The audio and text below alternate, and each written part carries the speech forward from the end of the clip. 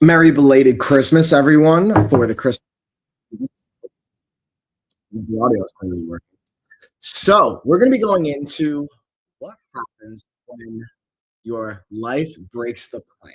Okay, this is like real world experience right now. I'm literally coming to you guys from my family's house in Long Island, traveling up to New York for the holidays, traveling with the whole crew, the whole family, all four kids, fiance, visiting family. And throughout this process, I've been sick or I've been like fighting off kind of congestion and not feeling well. My daughters were sick prior to this. And my daughter literally the day of was in urgent care on Christmas Day. We're debating on if we're even going to fly out and all the things that go along with that. So we're going to basically go over some strategies and approaches when life just doesn't go according to plan. Whether you're traveling, whether it's because you're sick, how you're going to handle workouts, how you can handle your habits, and some data to back this. If you guys have seen my stuff, hopefully you have, you know I love me some data. We're going to look at peer-reviewed journals and insight and meta-analysis to justify or explain what I'm saying.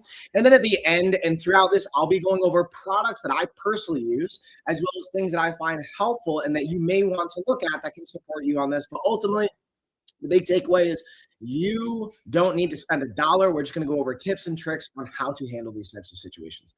Plus, as a bonus, if you're watching live or the replay or you're watching up chopped up content from this, the first person to comment on any of the live streams, videos, and all that will get a $50 LOF gift card that you can redeem with taking a screenshot of your comment and sending it to my email, lifeofafighter@gmail.com. Also on the podcast side, if you guys are listening to the audio and there's no comment, if you're the first person to leave a review after this podcast comes out, an honest review of what you think about the podcast, screenshot it, we'll send you a gift card as well and send it to us. So with that being said, let's dive into it. Again, when life breaks the plan, whether you're traveling, whether you're home, because of weather, I'll also be great thing I love about New York, it's actually been really nice. It snowed here.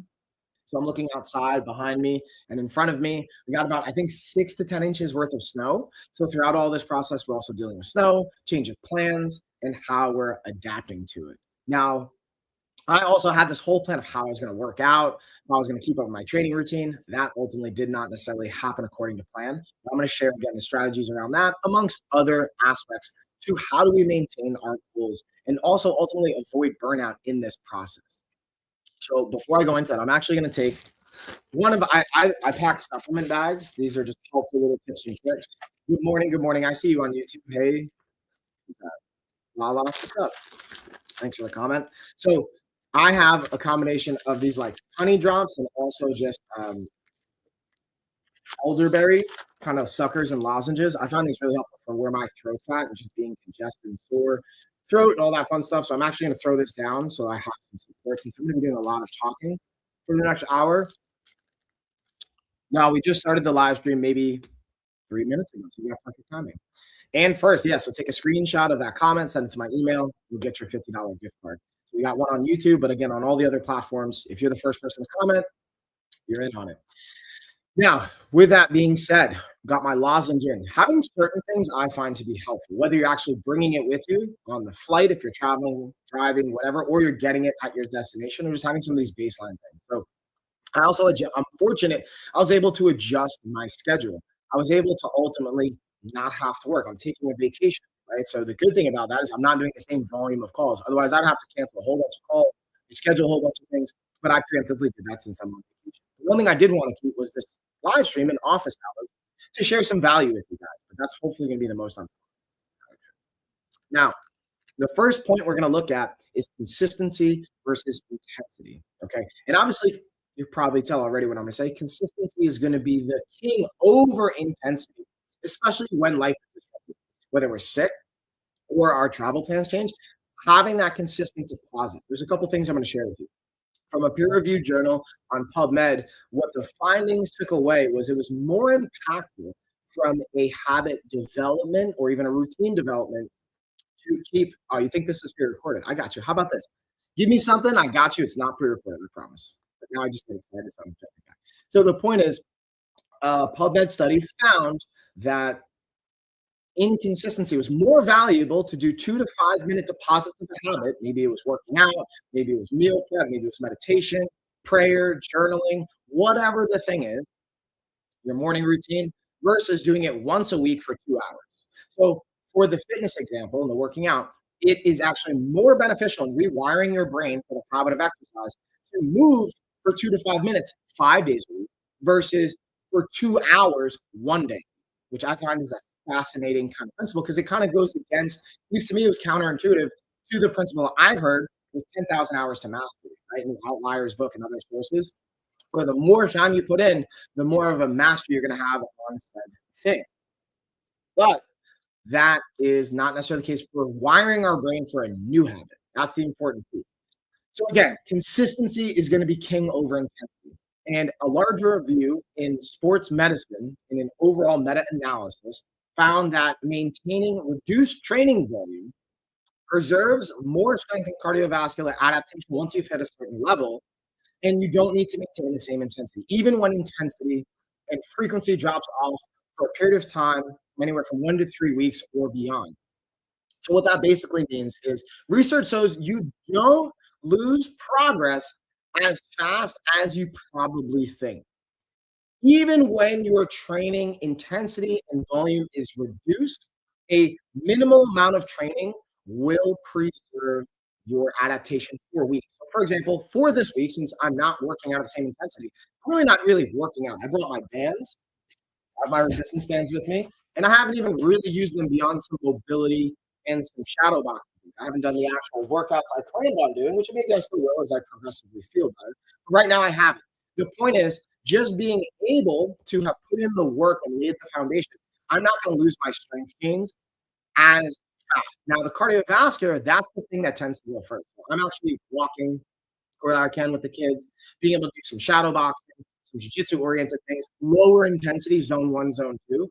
But that's where I'm putting my energy.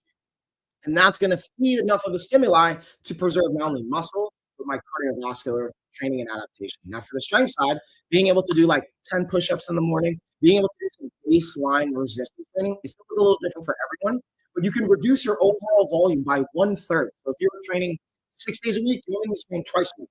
If you're doing 10 sets in a workout, you only need to do maybe 3 to 4 sets in a workout to maintain the stimuli or to provide the right stimuli to maintain your strength and adaptation. Even if you take a week or 2 weeks off because you're sick or traveling or an emergency happens, you can get it back even faster once you've laid that foundation. So that's where, again, the consistency component of it is going to be king over the intensity in short windows. Now, here's another interesting point we're going to go to. It's not only the training, now we're going to talk about sleep and how impactful. If you had to pick one versus the other, people always ask me, like, oh, well, should I like lose sleep to wake up to build my routine there? Really, sleep loss is going to hit harder than any missed workout in general. And I've talked about this in past data points, so I'll keep referencing certain data. Less than 6 hours of sleep per night is associated with a 30% higher risk of, again, metabolic dysfunction, obesity. We've talked about this. But ultimately, another thing that happens when we're losing sleep is it's impacting our insulin sensitivity. What that means is we're not as insulin sensitive. You're going to be more than likely eating more carbs. It's going to impact your body composition, as well as your body's producing more ghrelin, which is a hunger cue and a hunger hormone that's going to make you feel hungry, more likely make you want to eat more carbs, crave more caffeine, things like that, which cheers, I got my coffee. And I'll talk about how I'm leveraging that because we're going to talk about protein intake as well. But sleep is the number one thing I would say for, like, honestly, I slept till, I'm being real with you guys, I slept till 10 o'clock, or almost 10 o'clock. I also had a hard time going to sleep. So that's where I was using some magnesium, and we're going to get into that. Another part of my supplements is I have some magnesium packets and powders that have, again, they're individual packets. I love individual packets when traveling for that reason. So whether you want to use like capsules, powders, whatever makes sense, gummies, I personally like the powders. I mix it with my water. I drink it. It helps me fall asleep, especially when I recognize I haven't been able to get a good night's sleep, whether it's because congestion, whether it's because discomfort, injuries. I have a rotator cuff injury. It makes it hard sometimes to sleep on that side.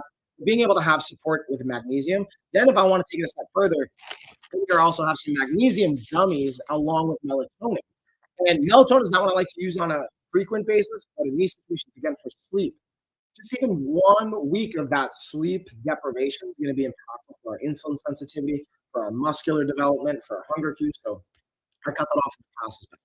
I'm also really fortunate we have family here to tag in and support, like, I watch the kids. That Carrie's also tagging in and out. Like, I stayed up I woke up early, like 6 with the kids to let her sleep in even for an hour, and then we trade off. So finding strategies where you can, especially as a parent. Point of all of that is sleep is going to be a massive component. Even missing sleep for a few nights impacts hormones and metabolic function more than missing a single workout. So if you had to pick, again, I'm not telling you what to do, but if I had to pick, I pick sleep over waking up for a workout. I pick sleep over staying up later for a workout. In these moments of feeling sick, atypical scenarios. Now, habits for life, you want to be able to find the balance. You're going to need to work out at some point to provide sinusoid muscles. But the first foundation is getting adequate sleep. That's the thing that's a priority over everything else. Now, with all this, I've kind of alluded to like being sick, illness, immune compromise. Just making up words here. Having an immune compromised state and not being able to perform. So being mindful of that is where I honestly really struggle with allowing myself to rest. Because I have a story, especially from being a fighter for over a decade and just in general an athlete for decades. The story I've told myself and been told by coaches and kind of consume is we need to suck it up. We need to work hard. We need to make sacrifice, which is true. But it's learning and knowing when it's time to sacrifice, when it's time to rest and literally rest, or you're just kind of being tired, or you're just kind of trying to give in when things get hard, which it's finding that fine line for all of us. So what I would do is if I would entertain the story of mine, I would just take time off. So I've learned to just push through everything so that doesn't happen. Now that I'm retired, I don't need to. And that's an important piece. So when it comes to illness and how it impacts everything, moderate exercise supports immune function. However, intense or prolonged training during illness can suppress immunity and immune function and increase or lengthen the recovery time that's going to take to be able to heal. So, energy deficit plus illness, being sick acutely or chronically, will increase your cortisol response and overall muscle breakdown. That's another layer to it. So, kind of a TLDR version is when you're sick, your body is already under stress, your immune system's already compromised. Pushing intensity of your workouts will only slow things down. Now, that doesn't mean don't walk, don't focus on mobility. Something Carrie and I talk about quite a bit. I talk about with our medical director, Dr. Eric, and a variety of teams. Again, this isn't medical advice for you. It's just what I do. Not feeling good, I go for walks. I work on stretching every day. I'll do some body weight movements, like 10 push-ups here, a couple push-ups there, maybe a couple pull-ups, doing some band pull-up reps. I still use the bands where I can. And that's why I reduced the load. And even before I left for this trip, I did a workout. You guys can go back and check out if you want to. And it was 2-3 sets, being able to just provide enough stimuli to make my body feel good and not overwhelmed. And progressively each day, I've been like feeling better, feeling better. The biggest thing is my throat. Just from the talking I do as a coach, that's damaging. And then when I get back, I see my family. I'm gonna be real with you guys. We love talking, so that's always a temptation that I get to manage. And then even emotions can get charged, and you can have like I don't know if you guys can tell. I like talking with my hands. I'm Italian and German from my background, so with that side of my family, we can tend to like have very emotionally charged conversations, which leads to using your voice, which can tax it. So the point being, managing our wellness and not pushing through high intensity training. So I didn't do my normal resistance training. I didn't go to spar. I have many being from Long Island, I have a lot of jiu-jitsu gyms, boxing gyms. I even have coaches I can hit up to train. I've intentionally not done that. And part of it's also because I just don't have the time to see everyone. But the other part is I know that the intensity training that we would do is not going to be good for my system right now. If anything, it's going to hurt me and lengthen my recovery time and increase my chances of injury. It's not worth the trade from a muscular standpoint. Okay. But I just wanted to again, recap that not only is exercise like a low to moderate level intensity exercise, okay. It's when you go to the other side of it, that's where it can be down. But also talk to your doctor, talk to your physician. You may just need to stay in bed and rest for a couple days and not do anything. But what I've seen effective for myself and for others, even when they talk to their doctor, is getting a little bit of blood flow, a little bit of movement, even if it's just some jumping jacks or some high knees, even sitting, marching in place. I shadow box every day. I do jujitsu, solo drills every day just to move blood flow, to do some basic yoga stretches that I do on a daily basis. That tends to help from my standpoint, and I see it improves my recovery time. Whereas if I just stay in bed, also my body feels horrible. My mind doesn't feel great either. So there's a combination of mental health along with the physical health. So, speaking of mental health, we're gonna talk about stress and travel and how that can be a hormone disruptor. Okay, and again, I'm not an endocrinologist, I'm not a specialist in this. I'm just gonna reference some data points, and this is also something I've learned from working with our medical director for the company we brought on, Dr. Eric. And we'll dive into some different things around that in general and how you can take action. But the biggest thing I want to add is we flew from Asheville to New York. It was actually pretty smooth. On Christmas evening, after we were able to open up gifts and all that, it was pretty smooth. It wasn't as packed as I thought. Arriving into Newark, it was slammed, which doesn't surprise me. We hit traffic. It's New York, it's New Jersey, it's nothing surprising. Wasn't too bad, but just in general, travel stress and circadian rhythm disruption will elevate and can elevate, again, cortisol, which is stress hormone, and impair glucose regulation, which is a fancy way of saying your body's ability to handle carbs and manage its energy can be impacted when you're traveling. Even just getting in a plane or driving for a prolonged periods of time is stressful on the body, even if you're used to it. It's not a normal thing for our body to get into a giant metal tank and go 60 plus miles an hour, 100 plus miles an hour. It's an interesting stress response to our system. So planning for that and anticipating it. So stress from travel alone can disrupt our hormones. Even if you're still doing workouts, you're still sleeping, still doing all the normal stuff. Just the stimuli of travel can interrupt and impact our hormones. Now, nothing necessarily you want to have to do with that. It's just important to be mindful. Because again, that can challenge your immune system. So doing things, in my opinion, that are friendly for you, like naturally let your body regulate itself. Your body's really good at regulating itself, but lean into that by saying, okay, I'm going to hydrate. I personally, lately, I've been giving into like a guilty pleasure. I like Diet Snapple. You guys can judge me if you want to. Honestly, it's not the healthiest thing, but it's hydration. And I would offer, and we can get into a debate if you guys want to about this, the benefits of hydration from whatever it is I'm drinking outweigh the acute impact of a very small exposure to different types of sweeteners and ingredients that are in like a Diet Snapple. Now, would I drink Diet Snapple every single day for a long? No, I don't drink it on a daily basis for a variety of reasons. Usually it's water, different types of seltzer, naturally flavored things. But in an acute sense where like, especially I'm not really wanting to drink that much, I have like a psychological positive association to Diet Snapple. So it's easy for me to drink 64 ounces of this a day, plus having a couple of bottles of water. I'm at a gallon of water easily. And then I drink my coffee with my protein shake is another one. We're going to get into the benefits of protein. But again, looking at some of the foundational habits when you're even sick and how to steer into that. Hydrating, being able to, again, go back to sleep. Sleep's going to help as a hormone regulator. Being able to have certain types of nutritional intake. For example, today's Sunday, I'm meeting up with my family. We're going to go get Italian food. And of course, I'm going to enjoy New York Italian food. So I'm going to get some maybe fried things, some bread that I normally don't have, and all that types of stuff. But at the core, I'm going to be eating lots of vegetables. I'm going to be taking, I also have some other supplements, which I'm going to take right now. Speaking of which, I have a mushroom gummy supplement and an immune gummy supplement. And again, here's the thing. When it comes to supplements, you don't need them. They're a supplement. They're an add-on. You want to get it from your nutrition. Well, I know today specifically, I'm not going to be eating just salads and veggies and soup. I'm going to be having pasta, chicken parm, tortellinis, things like that that are just like not going to be as nutritionally oriented. Now, thankfully, my mom, my brother, we have a lot of homemade food. We've made like a lot of homemade food with veggies and good quality ingredients most of the days. But today we're going out. So the point of me saying all that is even when you are travel, be mindful of the things you control.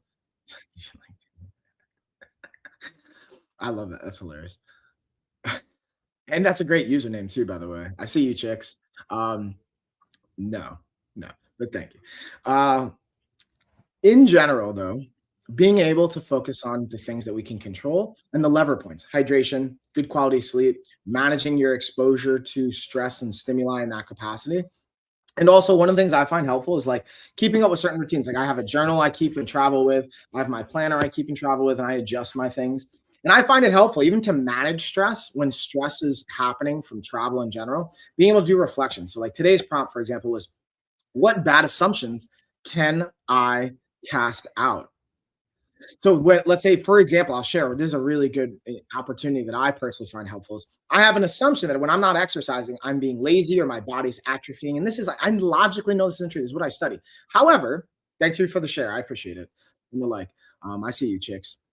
And being able to then challenge that and saying, hey, is it true that I'm like shrinking in front of your eyes? Like I'm losing all my muscle, I'm losing all my strength, I'm losing all my progress. Or can I challenge that and cast that out? That's like what I think is a fun prompt and an intention, even from the journaling. So I appreciate the journals.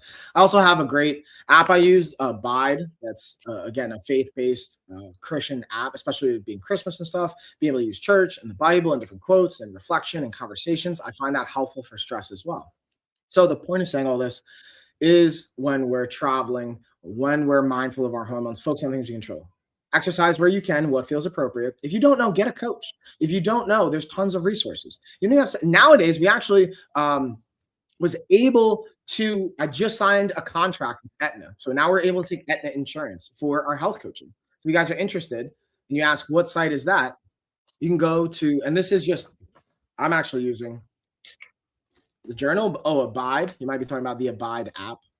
Well, also, I'm talking about lifestyleoffitness.com. That's the website you can go to. It's my company. You can fill out free form, get free access to our programs, and also we'll be able to see if you're a good fit. If we take your insurance, you can work with us absolutely for zero out-of-pocket cost. And then the cool thing is we can build systems around this. We have tons of free resources. You don't have to spend any of your own money now. That's the cool thing with insurance. Now, if you don't want to deal with insurance, we have great programs you can invest into. We have all these different things. But again, I like to offer things you don't have to spend $1 with that can be action. For example, just go walking for 15 to 20 minutes. That's a baseline you can do as long as you don't have any injuries.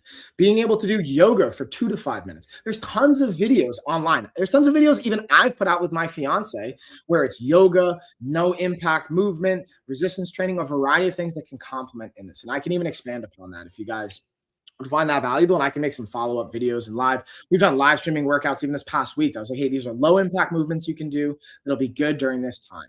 So that's, again, the takeaway is traveling is going to disrupt your hormones, even if you're still doing your workouts. So focus on your food, focus on your sleep, focus on your stress, hydrate, and do all the things that you can where it feels appropriate.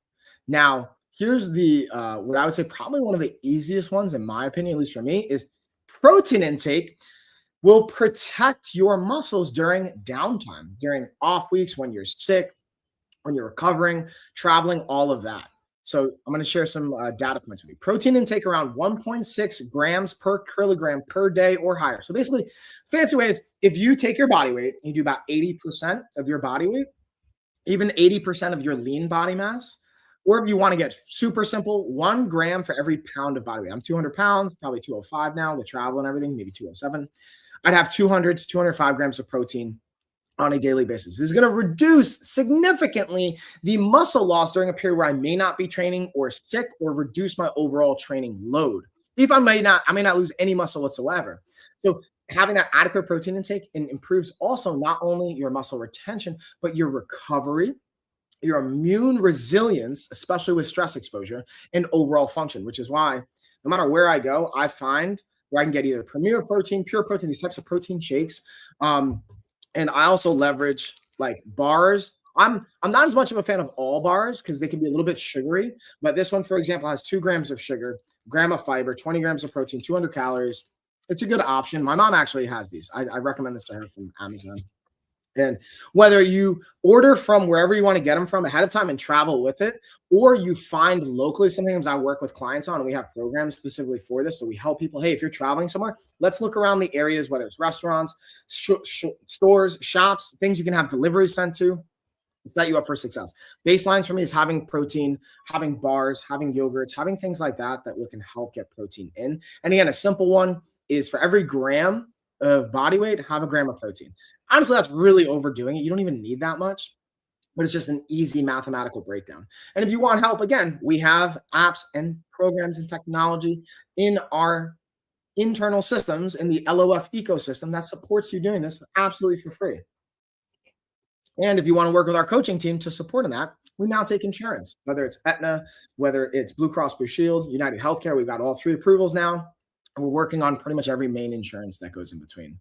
So basically, to recap, if training drops, protein becomes even more important in its muscle insurance, okay? In the likelihood you're going to want to protect your muscle preservation, or maintain muscle preservation, protein's going to help support that. Okay, provide very minimal stimuli, get your protein intake in. And the other cool thing with protein is it's really hard for your body. It can turn it into energy and store it as fat, but it's a really costly, expensive process that it really won't want to do.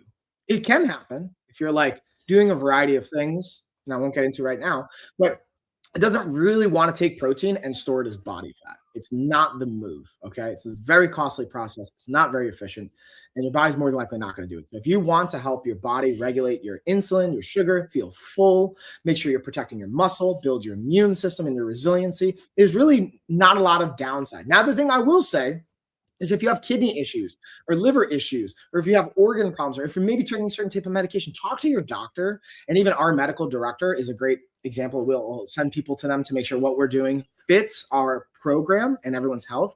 But again, there's very minimal downside overall. But again, I can't speak to your exact scenario. So I just want to be mindful of that. And we're going to bring it home with a couple more points here, two more. Light movement reduces stress and preserves the habit. So kind of alluding to before, moderate intensity will help from immune system. Light movement as well. And I'll double down on this. I kind of mentioned it before, but light activity like walking or mobility or yoga, specific types of yoga that's not super intense, reduces cortisol and improves mood because of serotonin, as well as even without formal exercise, the movement will have an impact on a psychological and physiological level, as well as habit continuity, meaning you're maintaining the habit, matters more than the volume and the length of time. So being able to, again, I went back to 2 to 5 minutes on a 3 to 5 time basis is more impactful than doing it for 2 hours once per week.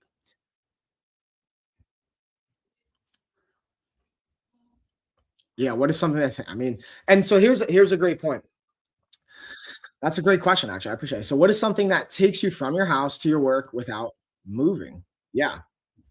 And you can totally use travel and technology, but here's the thing. I would invite two perspectives. I don't know what you're implying or insinuating with that, but I think the important piece is why not move? Why would you want to go somewhere without moving? Like walking, taking a bike, use those things where you can. That's what's beautiful about major cities like New York, for example, when weather permits. You can walk. You can now, again, I'm going to go to dinner. I'm not going to walk all the way from where I'm in Long Island to Brooklyn for our dinner. I'm going to take a car. But when I get there, I'm also going to walk around. And before I go, I'm going to walk and play with my kids and do a little bit of movement. I'm going to make sure I got a good night's sleep. I'm going to hydrate. There's things that we can and cannot control to a certain degree or not necessarily leverage as much. So it's knowing how to leverage them. So again, low intensity movement, even after you have food, like for example, we're going to go eat. Instead of going right in the car, we're going to walk a little bit, get some movement, be able to play, have a dance party with the kids. This is going to reduce stress. It's going to preserve the habit and associate that to the mind, as well as be able to have like physiological and psychological benefits. So light movement keeps the habit alive. And that's ultimately the win here, especially when life gets messy, when things break down. Also, I would invite, there's a favorite quote I have when I went through this emotional intelligence course. Every breakdown is leading through to a breakthrough. So if my health, I'm like having a little bit of breakdown, right? Like my immune system's breaking down. It's just going to get stronger from this. And if my habits are preserved, and even if they break down, I'm going to find a way to adapt them and preserve them and make them stronger. So I think that's a really important piece is being able to figure out how do I preserve this and make it last even longer and come out at the other side of it as an improved version. And lastly, self-monitoring our adherence improves over time. And reread our word that as we self-monitor, it will improve our habit and adherence, even when our plan isn't kind of falling out as we desired. So for example, ironically, actually, my watch died. I didn't pack, I have a smartwatch. I have a couple smartwatches, but the one I personally like lately is the Amazfit T-Rex, right? It's one I've been gifted from a brand. I also have the Apple Watch and a couple other ones as well. They're like knockoffs and different brands will send me different stuff. Point is, I love wearing a wearable and tracking data, whether it's steps. My goal is always 5,000 steps a day. Even when I'm sick, I can just walk around the house, walk up and down stairs, whatever. Being able to track my sleep. So I know not only the length and quality of my sleep, and again, it's not perfect. It just gives an idea. I can also check my resting heart rate. So I knew my resting heart rate. Here's what's ironic. On average, it's about 47 beats per minute. The other night, I took my magnesium. I went to bed early. I didn't eat as Normally, as I would eat when I'm doing higher training, my heart rate dropped to 43. So I'm like, oh, my body's now being able to recover and it's not focusing its energy on building muscle and doing those other things. I can see it in the resting data, which is cool. But ultimately, even if you don't have all that stuff, if you have a smartphone, for example, taking pictures of your food impacted people's caloric intake by 20%, even if they didn't do anything with it. But self monitoring in general improves health, behavior adherence by 30 to 40%, found the American Journal of Preventive Medicine, which is a crazy data point. So, whether it's you want to write it in a journal, you want to write it down that way, old school, like slept from 10 to 7, or walked for 20 minutes, or whatever the thing is, you're using measurables, data. Our app, even the LOF app, has all this. We track behavior, we track adherence in there, we track percentages. The goal is always 80% adherence. So if you can increase your adherence by 30 to 40%, that's massive. If I gave you a pill, I said, hey, if you take this pill every day, you'll be 30 to 40% more likely to do the things that you want to do. You would, of course, take that pill. So paying attention and measuring it is really impactful. And a lot of this stuff you'll hear me talk about time and time again, but I want to show you in all the ways it's impactful and versatile and shows up. And that's why we coach all these core beliefs. That's why even in our 28-day reset book and the one we're repurposing now into our 100-day comeback book series coaches these pieces because we know they work. It's studied time and time again across the board with data. So ultimately, to sum all of it up, the science is very clear that when life breaks down the plan, your job isn't to push harder, which is what I used to do a lot and still get tempted to. It's to basically preserve your foundational habits to protect sleep, protein intake, your stress, and your overall habits. So again, to recap that, when life breaks down the plan, whether because of travel, being sick, you're going through some crazy acute situations. Let's say you're going through a divorce, you're going through losing a loved one, whatever the thing is, maybe weather like snow and tornadoes, hurricanes, whatever's going on, your goal is to, as much as you can, protect sleep, your protein intake, your stress management, and your habit continuity. So being able to continue your habits, being able to manage your stress, being able to get adequate protein, being able to get adequate sleep. So measurables around this. Sleep 7 to 9 hours a night as best you can. Again, you don't have full control over that, so focus on the 3 hours leading up to bed.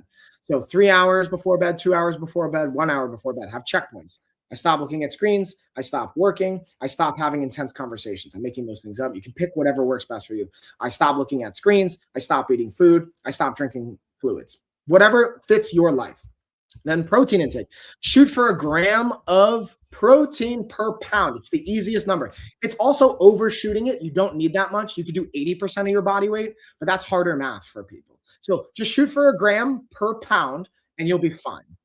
From a stress standpoint, you don't always have as much control over what's popping up in your life and how you manage it, whether it's spending 2 to 5 minutes per day meditating, journaling, or conversing with others. That's a measurable focal point. And then from a habit continuity or being able to have the continuous habits, just monitor them, measure them, pick something you're going to use to measure, whether it's a watch, whether it's journaling, have a clear plan on your habits and measure them. For example, how many hours of sleep did I get last night? I got 8 very intentionally. So cool. Check that box. I haven't actually moved that much today. I've done 10 push-ups. That's it. So I know I'm going to focus on moving for 5 minutes. I'm going to do 2 minutes of jujitsu drills, 3 minutes of shadow box. I'm going to move for 5 minutes. I'm going to walk for 20 minutes. I'm going to get 5,000 steps while that time of walking. I'm going to play with my kids and have a dance party for 5 minutes. Those are some examples of, again, the measurable things that we can focus on. Again, for stress as well, same thing, 2 to 5 minutes. If you're not sure what to start with 2 to 5 minutes. And if you can do that 5 out of 7 days, that's a win. That's massive. That's like what we want to shoot for. So I'm going to pause here. I also want to say, I'm going to have citations and a reference list in the blog post that goes with my office hours. If you're watching this live, we always chop up this content and put it into a blog post on our website. So you guys can check if you want to look at the actual references. I'm not just making this stuff up. They're going to come from Lancet Sports Medicine, the Annals of Internal Medicine, Journal of Applied Physiology, Psychoneural Endocrinology, as well as the Journal of Sports Medicine and the American Journal of Preventative Medicine. So that's, and I'll give you specific citations in the blog post. You can see what we're talking about, where it's coming from. And that is pretty much going to do it, y'all. I kind of sped through this one a little bit. I'm also going to try and preserve my voice. The one thing I do want to recap now that we actually have like 10 or 15 minutes is questions. So if you guys have questions, we'll go into the chat. This is just a joke. Yeah. Yeah, I know. Yeah. So I just love the comments, like engaging with them. Yeah. I know I find it helpful, even if you're joking, to just like play into the topics because someone else might genuinely be like, oh, that's cool. For example, like, hey, how do we get to work without moving? I know you're missing out. But it's actually a good piece of insight. Like, cool, we have other options. It's thought provoking. So now looking at some of the products, we're talking about protein. I love being able to also have 2 cups of protein or 2 cups of coffee, I should say. This is my Christmas theme. And this is one my brother got from Colorado. But we made coffee and then we poured them in cups, and now no one's drinking this one. So I got a fresh cup, but I don't want to try and make a mess. So I'm going to have 2 cups of coffee here. So that's even a habit for me, is coffee and protein in the morning. I find it massively enjoyable, and it's a stress management. So I'll wake up within the first hour of waking up. There's usually 3 things I do. 1, drink 16 ounces of non-coffee oriented fluids, whether it's my diet Snapple here. Usually it's water or seltzer. 2, make my coffee and have protein with it. And 3 is go through my journaling and meditation routine. So I'll go through my daily Stoic journal, use the prompt, which today's prompt was, what bad assumptions can I cast out? That lazy, not working. So what I'm putting in right now, and this is what I find helpful. Sometimes I find helpful literally to journal live, is like the thought that I'm lazy if I'm not working out and pushing with my intensity every day, which is just not true. Is being able to preserve a habit is letting my body rest, which I have a hard time with. So that's my point of my foundational habits, is how I spend the first hour of waking up. That's an anchor point in my day. No matter where I am in the world and no matter what I'm doing, I can at least 80% of the time have consistency, knowing that I'm going to journal when I first wake up in the morning within an hour, have coffee, add whatever protein I have access to, Premier Protein, Pure Protein, Quest Nutrition Protein, whatever it is, I'm going to have that. And I'm going to be meditating, whether it's using the Abide app, being able to do some prayer, or just in my mind sitting in quiet. I'm going to be doing that every morning consistently. So being able to have those foundational habits, and these are some of the tools I use for that. I also like having my planner. Like this morning, I like waking up and being able to say, okay, today's Sunday. I set out to meditate, to journal, to pray. I did all those things already. I knocked out my power hour really strong. We had the office hours set up. Boom, I already set up the office hours. After the office hours, I'm going to do a recap and send these notes to my one of my team members that helped set up the blog for me. I can't check that off yet because I haven't done it yet. But going through, like, cool, I know that's what I got to do. Did the office hours. We're going to leave for dinner. I'm going to go hang out with my cousins. So it's just helping me wrap my mind around, help almost with like organizing my thoughts. And I find that impactful from a stress management standpoint. The other thing I also enjoy, and I've been setting goals around lately, is not only I like Audible and listening to books, but lately I've been enjoying reading again and going back to like at least 5 to 10 pages per day. And shout out to my homie Matt Stone. He's a buddy of mine, also a client, and just a great actually author. He's going to come on the podcast at some point. I'm finishing up the Spelling Bee Champ. He's also got 2 other books, and he actually just dropped another one on Kindle that I have here. Humanity's Divide, and this is a fictional one. The pigs are starving. I'm really pumped. This one I'm actually giving to my brother because I know he's going to like this one. But I'm going to go through. We're going to have Matt on, talk about his books, talk about a variety of things. He's got a crazy story, like most of us do. But my point is that I find helpful with stress as well. And if like, all right, my mind is wanting to exercise because I have all this energy, I find reading is impactful. And being able to read instead of watching TV. That's something I've learned. Instead of removing things from our lives, again, add things, adding and reading. Another piece to highlight, I have my lozenges. I've got my honey lozenges. I think it's Weatherspoon, if I'm saying it right. The lemon and the honey. And then I have my Sambuca, if I'm saying it. Sambucas. I almost want to say like Zambuca, but that's not. And these are just lozenges to help. It's got elderberry in one, got honey in the other. Natural, organic, good quality stuff. Just these are some baseline things I've been traveling with to help with my throat and feeling better. And then also I have my magnesium powder sticks. I like to throw these things in water. Again, you can do whatever. Really, this is a citrus flavor, quite nice. It's Nothing to write home about as far as like, oh man, you're gonna get addicted to it, like flavor wise, but it's nothing horrible. It's okay. And in general, the magnesium is why I do it. We got some L-theanine, and actually, that's all I pay attention to. But it has B6 as well. So, but the L-theanine and the magnesium, that's why I'm doing it. It's impactful. It's nothing crazy. It's not like you're gonna pass out from it. I find melatonin is way more impactful. And I've got some melatonin gummies, immune system gummies, and my multivitamin mushroom pack gummies as well.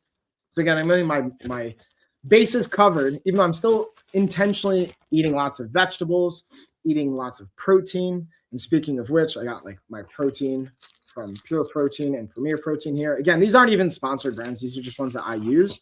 Find it impactful. I've got my band set as well, so that when I'm moving, if I want some resistance, whether it's for mobility, whether it's for light activation or resistance training, where it's not super intense. And then when I'm feeling 100%, ideally before I go back home, I'll get in at least one good workout. And if not, that's okay.